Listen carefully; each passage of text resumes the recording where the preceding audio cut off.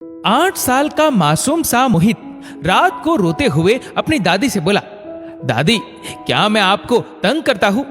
क्या मैं गंदा हूं जो आप मुझको छोड़कर दूसरी जगह जा रही हो? स्कूल से आने के बाद अब कौन मुझे घर में घुसते ही गले लगाएगा और प्यार से मुझको अपने हाथों से खाना खिलाएगा? मोहित दादी के गले लगते हुए बोला, बोलो ना दादी, आखिर आपने मम्मी पापा से दूसरी जगह जाने की बात क्यों कही? क्यों मानी आपने उनकी बात? दादी, मना कर दो ना प्लीज पापा को, बोल दो आपको नहीं जाना उस ओल्ड एज होम में। गीता देवी की आंखों से अपने पोते की ये दशा देखकर आंसुओं के बड़े बड़े मोती गिरने लगे।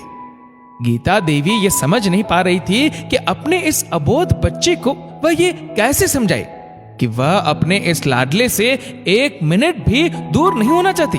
पर घर में रोज रोज हो रही किचकिच, बेटे बहू में सुबह उठते ही उनके मुद्दे को लेकर कहासुनी होने लगती है किसी न किसी बात को लेकर।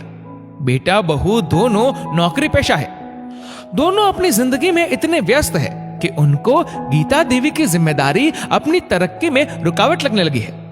जब बेटा बोलता है अपनी बीवी से कि माँ का ये काम तुम कर दो, तो बीवी पलटकर बोलती है, मेरे ढेरों ऑफिस के काम है, तुम्हारी माँ है, तुम करो। कभी कभी गीता देवी के जोड़ों में भयंकर दर्द उठ जाता, उनसे खड़ा भी नहीं हुआ जाता। उस भयंकर दर्द में गीता देवी को खड़ा होने के लिए सहारे की जरूरत होती। गीता देवी जब दर्द से तड़पने लगती, तब उनकी बहू आकर उनकी मदद कम और उनके ऊपर बड़बड़ ज्यादा करती। मुझसे आपकी माँ की सेवा नहीं होगी और इनके लिए फुल टाइम मेड हम रख नहीं सकते, हमारे पास इतने पैसे नहीं है। बेटा बोला, तो क्या करूं? मैं भी सारा दिन ऑफिस में रहता हूं, शाम को थका हुआ आता हूं, फिर आते ही इनके काम में लग जाऊंगा क्या? बहू बोली, अच्छा तो मैं कौन सा ऑफिस से फ्रेश होकर आती हूं, मैं भी अच्छी खासी थकी हुई होती हूं। गीता जी की बहू सोफे पर बैठते हुए बोली, हे भगवान, इस आफत का हम क्या करें? थोड़ी देर चुप रहने के बाद बोली, सुनो, हम माँ को ओल्ड एज होम में शिफ्ट कर देते हैं, वहां माँ की अच्छे से केयर हो जाएगी। और वैसे भी माँ सारा दिन घर में अकेली रहती है, अपने जोड़ों के दर्द के कारण बाहर अपने हम उम्र के लोगों के पास भी नहीं बैठ पाती। वहां माँ को अच्छी देखभाल भी मिल जाएगी और अपने हम उम्र लोगों के साथ वह खुश भी रहेगी और हमारे सर से माँ की जिम्मेदारी का ये बोझ भी कम हो जाएगा। ऑफिस का काम मन लगाकर करेंगे और देखना, फिर थोड़े ही दिन में हम अपनी पोस्ट भी बढ़ा लेंगे। गीता देवी ने देखा, बहू की बात सुनकर उनके बेटे के चेहरे पर हल्की सी मुस्कान आ गई थी। गीता देवी जान चुकी थी अब इस घर में रहने का कोई अर्थ नहीं। वह अपने बेटे बहू की तरक्की का रास्ता रोके बैठी है।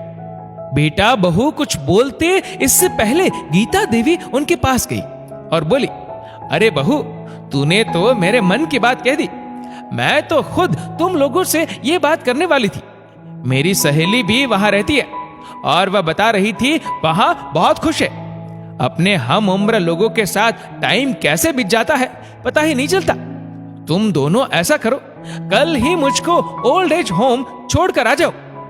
ऐसा बोलकर गीता देवी अपने आंसुओं को रोकने की नाकाम कोशिश करते हुए अपने कमरे में आ गई। उधर बेटा बहू खुश हो रहे थे कि चलो, माँ भी यही चाहती है। इस सच से अनजान कि माँ ने यह फैसला अपने दिल पर पत्थर रखकर उनकी खुशी के लिए लिया है। वह तो न अपने पोते से और ना ही अपने बेटे बहू से एक मिनट भी दूर होना चाहती थी, पर हालातों ने उनको यह फैसला लेने के लिए मजबूर कर दिया था। बोलो ना दादी, आप मेरे बिना रह लोगी क्या? मोहित की बात सुनकर दादी अपनी सोच से बाहर निकली। मोहित ने रो रो कर अपनी दोनों आंखें लाल कर ली थी। गीता देवी का दिल अंदर ही अंदर रो रहा था। मोहित अपनी दादी को कट्टी बोलकर अपने कमरे में चला गया। जब सुबह हुई तो मोहित ने देखा दादी तैयार हो चुकी थी और पापा बार बार मम्मी को बोल रहे थे, अरे प्रिया, माँ का बैग अच्छे से पैक कर देना, देखना कोई जरूरी सामान ना छूटे, हर सामान को अच्छे से चेक कर लेना, माँ को वहां किसी चीज की कोई कमी ना हो। प्रिया ने बैग पैक कर साइड में रख दिया। तभी मोहित उस बैग को खोलने लगता है और उसका सारा सामान बाहर निकालने लगता है और एक पेपर पर पेन से उस बैग में जो जो सामान रखा था उसकी लिस्ट बनाने लगता है। उसको ऐसा करते देख उसके मम्मी पापा दोनों गुस्सा हो जाते हैं और बोलते हैं, सारा सामान फैला दिया, क्या तरीका है, ये क्या कर रहे हो तुम? मोहित बोला, मम्मा आपको पता है मैं हर चीज लिख कर अपने पास रखता हूं ताकि मुझे याद रहे। मैं इस बैग के हर उस सामान की लिस्ट बना रहा हूं जो ओल्ड एज होम जाने के टाइम पर साथ में पैक किया जाता है, क्योंकि मम्मी पापा कल आप भी बूढ़े हो जाओगे।